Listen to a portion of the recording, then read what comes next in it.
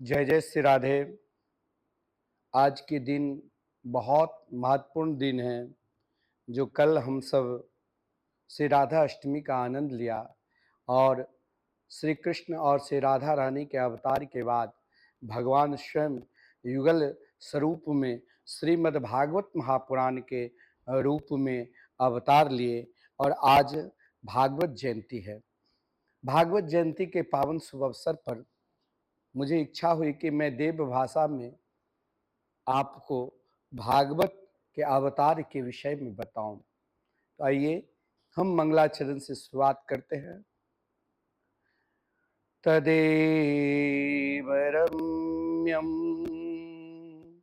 रुचिरं नवं नवं तदेव सास्वन् मनसो महोत्सवम् तदेव शोका नवशोषणं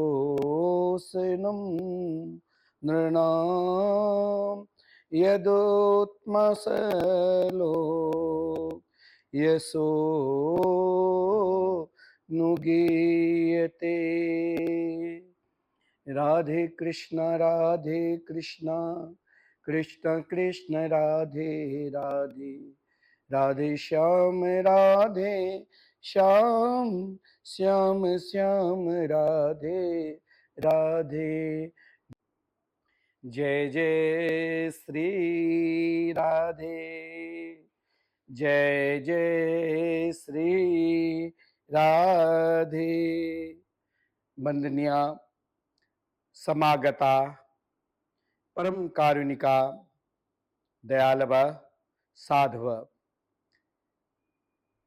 पूज्या विविध विद्या विशारदा आचार्य चरणा समागता श्री भागवत रसो लो लुपा श्रोतार।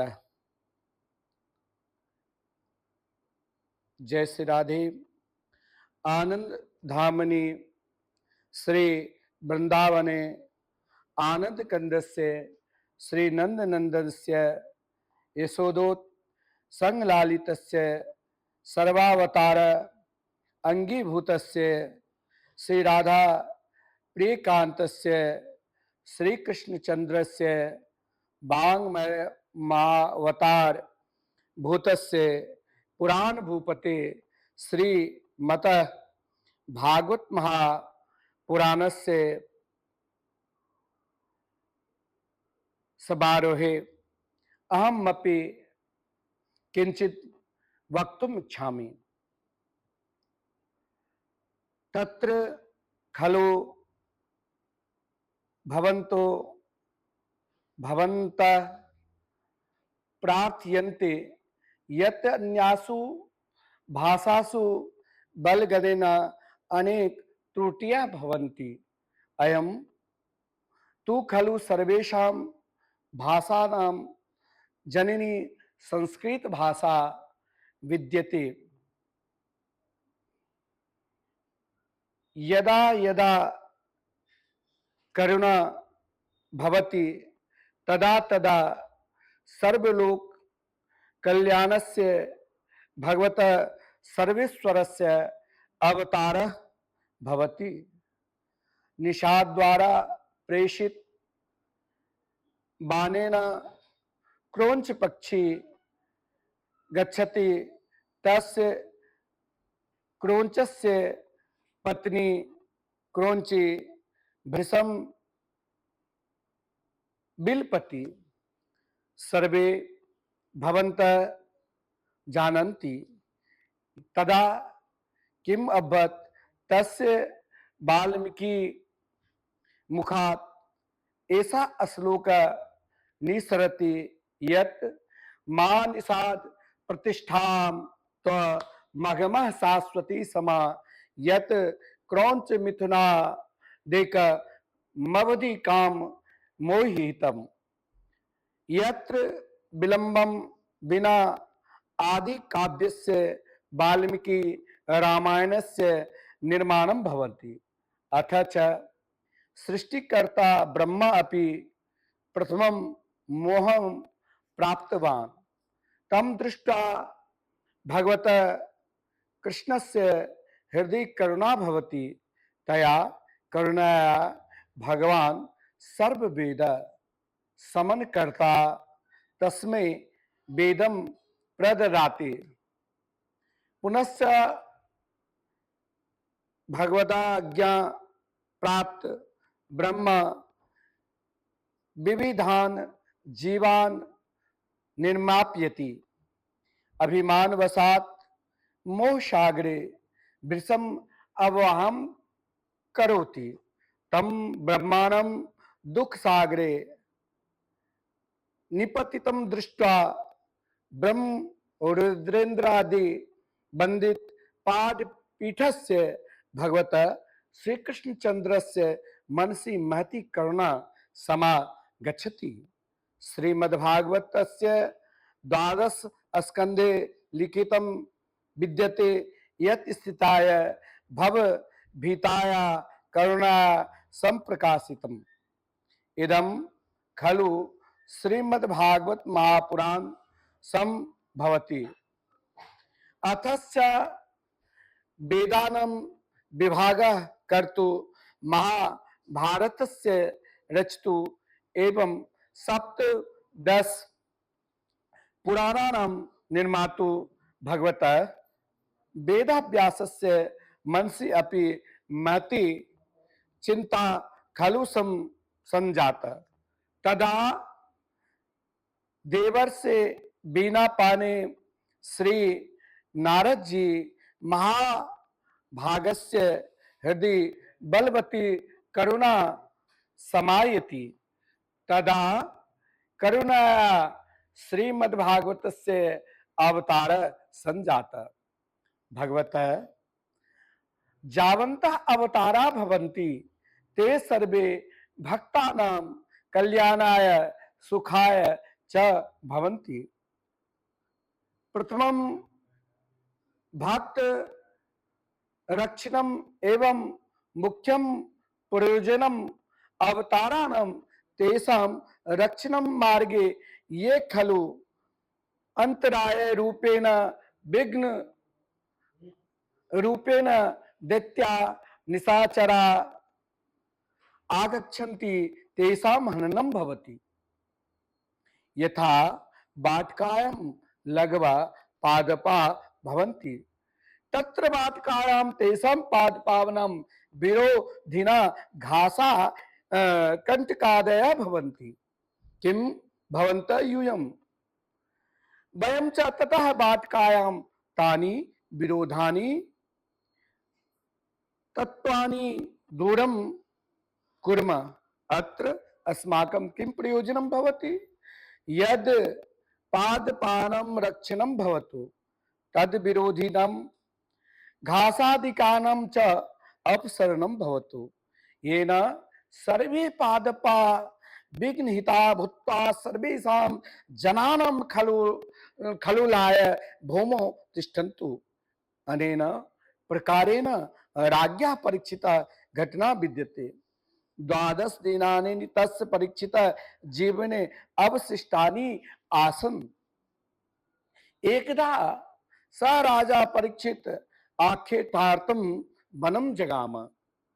तत्र स राजा परीक्षित तुर्यावस्थापनस्य महात्मनः समीकरिषे ग्रीवायां मृतं सर्पं प्रदाय गृहम् आगच्छत। तस्य समीकरिषे पुत्र सिंह नामकः आसीत्। यदा स ऋषि पुत्र इत्थं ज्ञानवान् यत् मम पितु ग्रीवायां राजा परीक्षित मृतं सर्पम् अददत् तदा सः ऋषि पुत्र ऋषि श्रृंगी कौशिक्याप्य नद्या जलम नीत्वा वाग्वज्रम विससर्जः। अयमेव सर्पः सप्तमे अहनि त्वाम दंक्षति भूपतीनां परीक्षिता यदा व्रतम श्रुतम तदा तस्य मनसि महती प्रसन्नता भवति स्म। अथ च सा सम्राट स्वपुत्राय राज्य भारं प्रदाय गंगातीरम् अगच्छत। तत्र देवर्षय ब्रह्मर्षय राजर्षयश्च समागता।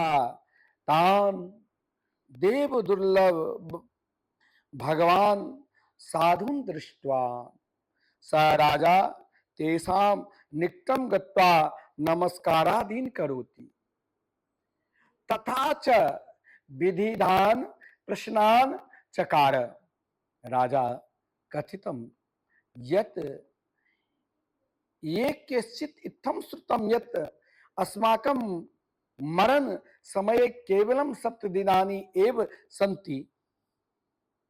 तेषां कृते कस्य देवस्य नाम नेयं, कस्य देवस्य ध्यानं कर्तव्यं, कस्य देवस्य गानं कर्तव्यम्, अथ च कस्य देवस्य सेवां कर्तव्या अस्ति। राज्ञा परीक्षितः प्रश्नान् श्रुत्वा सर्वे पारः दर्शिना महात्मना स्वस्व मतानुसारेण उपायन प्रदर्शितवन्तः। किंतु महाभागवतस्य पांडुकुल प्रदीपस्य परीक्षितः मनसि सन्तोषः न भवति। तदा स खलु राजा परीक्षितः स्व कुलरक्षस्य भगवतः कृष्णस्य शरणं गच्छति। तदा 16 वर्षीया व्यास नंदन श्री सुखदेव आगच्छति। सर्वे ऋषयः उत्थाय तस्य सुखदेव महाभागवतस्य सत्कारादिकं कुर्वन्ति। सा खलु दिगंबर प्रसन्नचित श्याम श्री सुखदेव निगम कल्पतरोर्गलितं फलं सुखमुखादमृतद्रव संयुतं पीबत भागवतं रसमाल्यं मुहुरहो रसका भुवि भावका इति मंत्रम उच्चार्यं। तत्र आसीत् एक उच्च सिंहासन तस्मिन् उच्चासने सर्वेषां साधूनां समक्षम आसीना संजाता। राजा परीक्षित अभूतपूर्व दृश्यम दृष्ट्वा आश्चर्यचकितं सन् तच्चरणयो अर्चनादिकं कृत्वा तान् सर्वान् स्व प्रश्नान् अकरोत्। पूर्वमेव भगवान श्री कृष्ण विचारितवान् यत् ब्रह्मन् शापात् राज्ञा परीक्षिता रक्षणं केन प्रकारेण भविष्यति। ब्राह्मण कुमारस्य समक्षं मम सर्वाणि आयुधानि यथा कौमुदकी गदा नंदक खड्ग सारंग धनुष सुदर्शन चक्रादीनानि निष्फलानि प्रभाव हीनानि भविष्यन्ति। अतः परीक्षिता रक्षणं वाणी रूपम विधाय परीक्षित रक्षणं करिष्यामि इति श्री कृष्णचंद्र वाङ्मयावतार रूपेण अर्थात श्रीमद्भागवत महापुराण रूपेण अवतरितवान्। अथ भगवान श्री सुखदेव भगवत कृष्ण से वाङ्मयावतार भूतस्य श्रीमद्भागवत महापुराणस्य कलिमल हारिणी भक्ति रस प्रदायिनी सर्व काम प्रदायिनी परमाम पवित्रताम कथाम परीक्षिते श्रवयामास। तया श्रीमद्भागवत महापुराणस्य कथया महाराज परीक्षित ब्राह्मण कुमारस्य साप सागरम उत्तीर्ण। युगल किशोरयो राधा माधवयो अति विशिष्टम स्थानम आगच्छत। अतः श्रीमद् भागवत महापुराणम सर्वम दातुम सर्वसमर्थम अस्ति।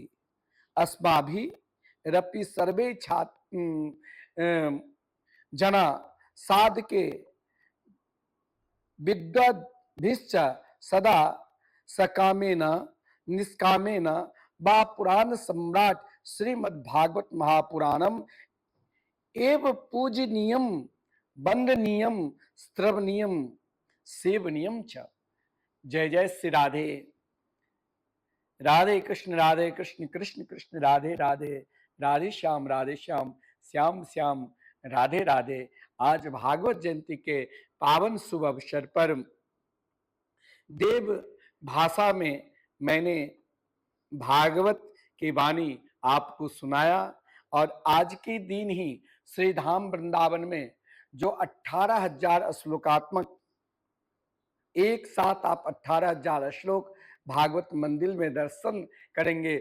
आज के दिन यहाँ मिथिला कुंज के प्रांगण में जो दिव्य भागवत मंदिर बनने जा रहे हैं, आज श्लोक लगना प्रारंभ हुए, क्योंकि आज के दिन ही श्रीमद् भागवत महापुराण की जयंती के पावन शुभ अवसर पर पूज्य गुरुदेव के आदेश से भागवत मंदिर में भागवत श्लोक